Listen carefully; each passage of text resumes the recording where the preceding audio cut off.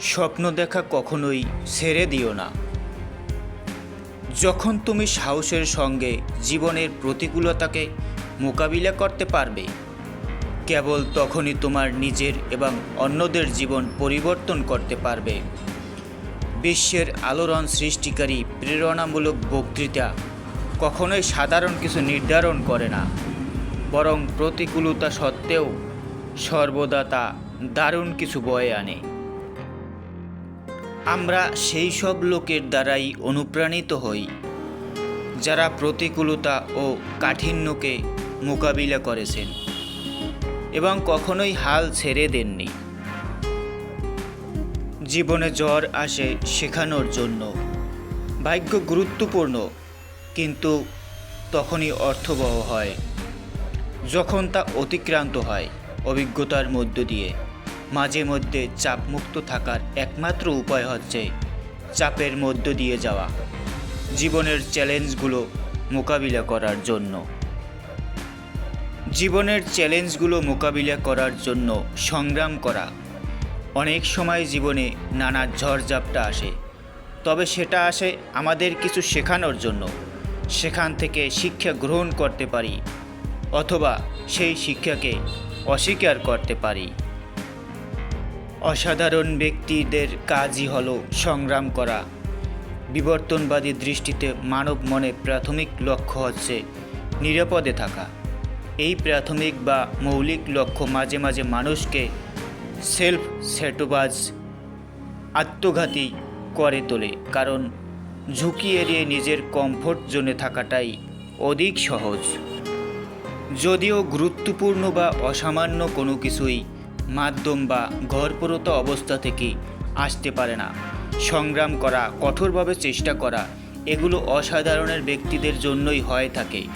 আর প্রচলিত নিয়মে অভ্যস্ত ব্যক্তিদের জন্য রয়েছে এই সব কিছু থেকে অব্যাহতি বা মুক্তি, অর্থাৎ তাদের এই কঠিন সংগ্রামের মধ্য দিয়ে যেতে হয় না।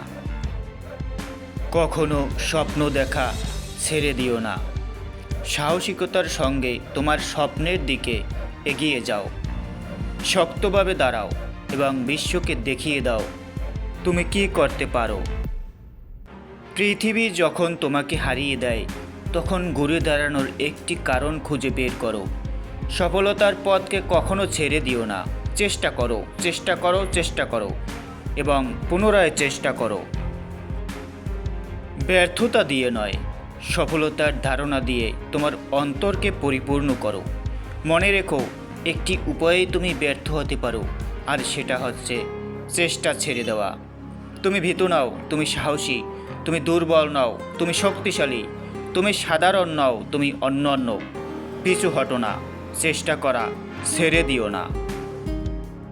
তুমি যখন অতীতের দিকে তাকাবে, তখন অনুতাপ করো না। নিজের ওপর বিশ্বাস রাখো, ভবিষ্যতের ওপর বিশ্বাস রাখো।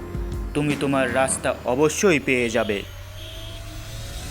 যে আগুন তোমার ভেতরটাকে পোড়াচ্ছে তা খুব শক্তিশালী।